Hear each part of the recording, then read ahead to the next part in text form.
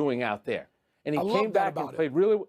Exactly. And we know how it works. It's Friday night. The game's being hyped. It's sold out there at the Thomas and Mack Center. The last time they sold out a game was probably Zion's game of, 4 years ago, his first summer league game. It was. But, you talk to coaches. I spoke to Nick Nurse a day after the game. He was actually impressed with Victor Wembanyama's first game. He thought his vision was good, the passing. He moves. He has an understanding of the game. But let's face it, Mike, he needs to bulk up just a little bit. I mean, he's nimble, I get it, but he also looked like you could break him in two. My goodness, it does look like that, and I worry about it because there were some 6'3" guys going right through him on the way to the basket in the first game. Okay, I'm going to grade a little differently. I'm going to give him an A, in part because he was so substandard, I'm sure below his own bar in the first game. Because he played so poorly on offense in the first game. And by the way, the kid can pass it. And the 5 block shots he blocked the second pick in the draft, Miller, he blocked his three-pointer. And it was unbelievable that. So because he had a bad game, we can call it a bad game. It doesn't mean we want to kill him or get rid of him or don't want to have him on our teams. He had a bad game. And he came back and had a terrific game.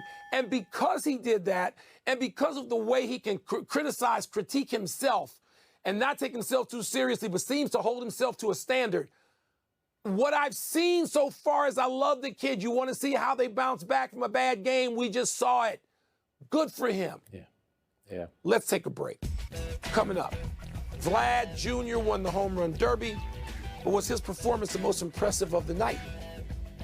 And Reds rookie Eli De La Cruz has been doing such amazing things on the field. Should he be playing in tonight's All-Star game? How about it? Yeah. Absolutely. Let's get to some By good the way, news. a lot of people were saying, where's Michael Wilbon? Then I explained to them, you are watching basketball. They all understood. Spooky They all Nook, understood. Pennsylvania. They were happy watching other basketball.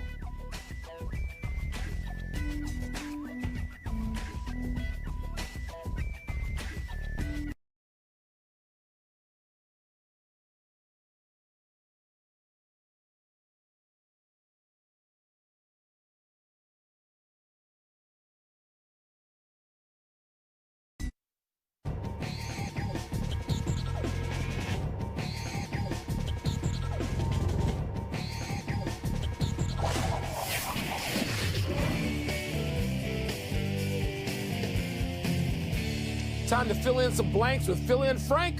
Let's get the first one from the producer over the loudspeaker. The most impressive player in the home run derby was blank. All right, we know Vlad won the home run derby, Frank, but I'm going to say J-Rod in front of the hometown fans in Seattle, hitting 41 home runs in that one round, and basically getting rid of Pete Alonso, which for those of us who hate the Mets, that's a great thing. And he also saved Ken Griffey to be the only, speaking of more Mariners, to be the only guy to win 3, straight home run derby contests. I thought all that, to do that in front of the home fans was great. Made him the star of the night. Well, that's why it's Vlad Guerrero Jr., because he knocked your guy out, Julio Rodriguez. And you know that in 2019, Vlad hit 91 total home runs and didn't win it. He wanted to win it this year, 16 years after his dad won it, but his dad used to go with bare hands. Vlad's going with the batting gloves when he hits. But it was Vlad Guerrero Jr. See how happy he was when he won it? Pretty cool for the father and the son to both win it 16 years apart. It is, and I thought that the fielders had done that, and they didn't, even though they each hit 50, and nobody else has done that, father-son. But very cool for Vlad and for his dad, who must be happy for him. Yeah. What's next? An all-star game without Eli De La Cruz is blank. Okay, Frank, he hasn't played that many games yet. I mean, I don't even know if he's played 40 games yet. 30. But Eli De La Cruz, between the stolen bases, and I know the stolen bases going second, third home, and you're not paying attention, and you let him steal home like that. I mean, that's in the category. That's in Jackie Robinson territory. It's the only person you want to put. But it's the catch he made in the same series against the Brewers, against the Cheeseheads. I was so happy to see it. That's Willie Mays written on that catch. He goes into short left field over the shoulder basket catch. Are you kidding me? One of the great catches of all time. And so the word is less exciting. The All-Star Game's less exciting without Eli De La Cruz. Yeah. That's why I think the word is short-sighted. And you kind of glossed over that stolen base. That was 3 bases, 2 pitches in 30 seconds. How exciting was that? And if you're Major League Baseball, you're looking to draw younger audience to the game itself, not just the All-Star game, have him play there. He's got the great look. He's exciting right now. He's the most exciting young player. And the team is competing for a playoff spot. They are. He's been the breakout star of the season. Put him in the All-Star. Yeah, all true. What do you want? You want one designated... You want a designated last-second guy the managers can add like the morning of the All-Star game? Why not? He'll fly. He'll run out there. He doesn't even need a plane.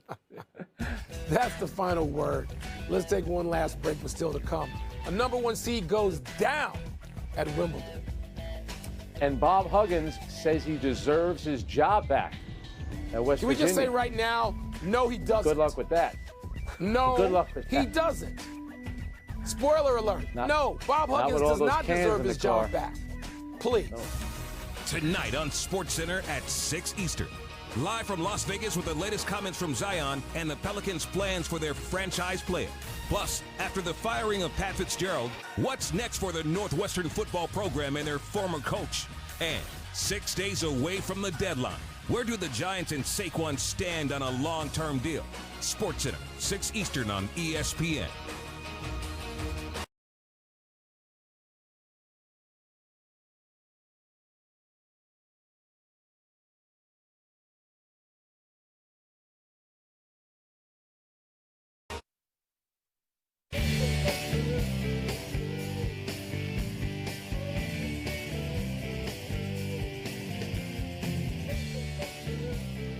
It's happy time, people. Happy 57th birthday, Rod Strickland. Rod came to national fame as an All-American point guard for the DePaul Blue Demons, leading them to 3 straight tournament berths and 2 Sweet 16s.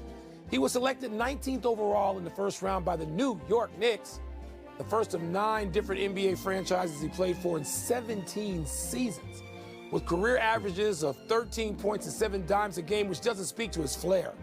After playing, he worked in administrative roles with Coach Cal at Memphis and Kentucky before becoming an assistant in South Florida, and now is head coach at Long Island University. Should make Kornheiser happy. He loves Rod like I do. And he's coaching his sons, too. I always give Rod a hard time. How does a guy from Harry Truman High School in the Bronx, New York, end up at DePaul? Was that NIL money back in the 80s, Mike? How exactly did that work? What are you suggesting? By the way, we liked having his teammate in high school was Kyrie Irving's dad, Dredrick. And he's Kyrie Irving's godfather. One of my all-time favorite players, Rod Strickland. Hot Rod, baby. Happy anniversary, Bo Jackson. On this day 33 years ago, you authored an iconic highlight when you chased down a long fly ball in Baltimore's Memorial Stadium and then ran along the wall like Spider-Man. A few years ago, Bo explained the move to journalism students at Auburn, quote, "At the angle I was running, if I had crashed into the wall, I probably would have re-injured my shoulder, so instead of crashing into it, I just decided to do what I used to do when I was a kid and just run up the wall and come back down. That seemed easier to me and logical," close quote. Just a couple of weeks ago, Bo celebrated the 34th anniversary of breaking a bat over his head by tweeting, "I wouldn't allow that bat to betray anyone else ever again." That is a great quote. I'll tell you what, Bo Jackson, scouts swear that he was the fastest going from home to first, but remember, he's right-handed. So he has a longer way to go. And Mike, tell the young kids how good Bo Jackson was as a two-sport star, football and baseball. Two-sport star. That was a different level athlete. Hall of Fame talent in both, absolutely. Incredible. Happy trails to Iga Swiatek. The #1 seed on the women's side fell to Ukrainian Elena Svitolina in 3 sets today's quarterfinal. This is actually as far as Swiatek has ever gotten at Wimbledon. She's won 3 French Opens and a U.S. Open. 4th-seeded Jessica Pegula is also out, losing in 3 to Czech Marketa Vondrousova, One very notable result from the men's side, 27-year-old American Christopher Eubanks upsetting 5th-seeded Stefanos Tsitsipas in 5 sets to make the quarters, where he will now face 3rd-seed Daniel Medvedev. Big match tomorrow, Frank. Yeah, and Eubanks is from Georgia Tech. His fellow Americans are calling him the toothpick. How about Svitolina, who gave birth in October and had a great win the other day against Azarenka? What a win that was today against the #1 seed. Great job by her. All right, no errors today, so we're going to run to the big finish.